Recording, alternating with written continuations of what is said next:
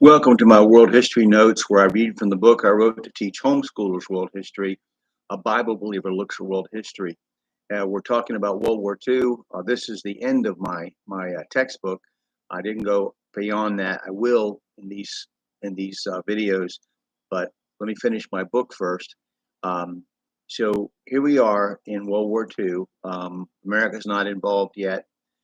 Japan. Now you can purchase my book, by the way, on Amazon.com, Lulu.com, at the Bible Baptist Bookstore, or you just follow me here and subscribe to my channel if you don't mind. So Japan attempted to invade deep into China because it had already been at war with China for quite a long time, but finds that the consequences of that strategy were too costly.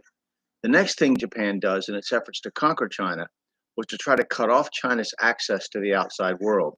It needed to cut off French Indochina from sending supplies to China and to shut down the Burma Road, the only two supply lines open to China. In July of 1940, Japan had managed to force Great Britain to shut down the Burma Road, but Chiang Kai shek, like Churchill, would not submit to his enemy. Japan went to move against French Indochina now that France had surrendered to Hitler, and the American Secretary of State, Cordell Hull, warned Japan that the U.S. would be aroused by such a move. Japan moved into northern Indochina in September of 1940. Once America would get into the war, the precursor to the Central Intelligence Agency, the CIA, the OSS, or Office of Strategic Services, would recruit many Vietnamese and train them to resist the Japanese occupiers, working closely with many communist factions and their leaders.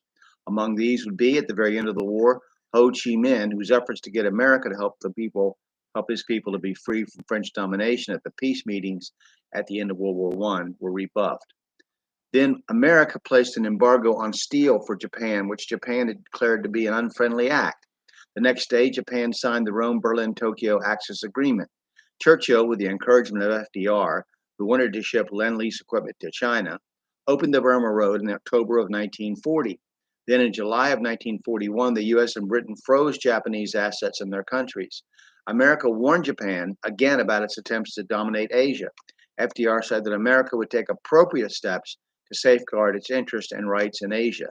Negotiators from Japan were in Washington trying to work out the two countries' problems as America cut off all oil exports to Japan. As Japan depended upon oil exports from America to conduct its war machine, many saw this as a proclamation to war, a provocation to war. Historians like Beard and Tansel insist that FDR looked forward to the opportunity to be attacked by Japan in order to motivate America to be willing to fight. FDR had moved the Pacific Fleet to Hawaii, they say, although there's a decision of the Joint Chiefs of Staff. In September, with the approval of the U.S. government, retired U.S. Army Air Force Captain Claire L. Chennault, then a colonel in the Chinese Air Force, created a mercenary organization called the American Volunteer Group for Service in China against Japan. They were later nicknamed the Flying Tigers. The AVG was composed of about 100 trained pilots and trained at an abandoned RAF base in Burma.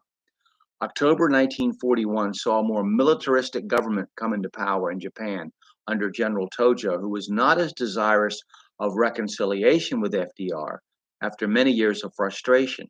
In November, a secret plan for simultaneous attacks on the U.S. Pacific Fleet at Pearl Harbor and British Malaya, the American Philippines, and the Dutch East Indies was devised and only to be implemented if negotiations in Washington failed to reconcile the two countries to each other.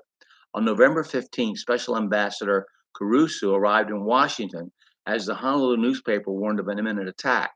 FDR and his advisors knew that an attack by Japan was probable, and yet they withheld the information from Admiral Kimmel and General Short, the commanders of Pearl Harbor. Robert Stinnett, author of Day of Deceit, The Truth About FDR and Pearl Harbor, has said that FDR and elements in the government knew about the impending attack on Pearl Harbor, that the president long had plans to provoke the Japanese to attack America for the purpose of overcoming the 80% of Americans led by Charles Lindbergh, who did not want to get involved in the war. That's a very controversial accusation, and there's reasons on both sides to say yes, it's true, and no, it's not. I'm gonna leave that for another time. On November 26, 1941, the Japanese First Air Fleet left the Kuril Islands and was informed by secret code that all negotiations had failed and war must follow. Japan's preparations were known by the U.S., but many believed that the blow would be in Malaya or the Philippines. The U.S. had already broken the Japanese codes and knew the location of almost every major Japanese unit except, we are told, of the First Air Fleet. All right, so we're going to start next time with Pearl Harbor. And I hope you'll study world history and have an interest in it and dig deeper than I have in this presentation.